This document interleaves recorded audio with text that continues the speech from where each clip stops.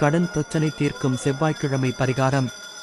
பலருக்கும் வாழ்க்கையில் முக்கிய பிரச்சனையாக இருப்பது கடன் சுமை.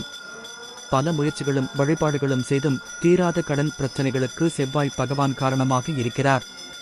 அதனால் செவ்வாய்க்கிழமை முருகப்பெருமானை வழிபடுவது சிறந்த பரிகாரமாக கருதப்படுகிறது.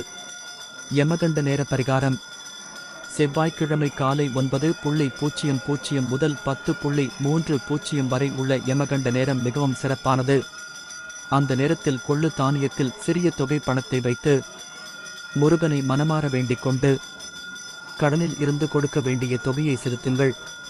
பணம் இல்லையெனில் ஒரு கவரில் யாருக்கு எவ்வளவு பணம் கொடுக்க வேண்டும் என்பதை எழுதி அதற்குள் ஒரு சிறிய தொகை பணம் வைத்து அதை கொள்ளு தானியத்தின் மீது வைக்கலாம்.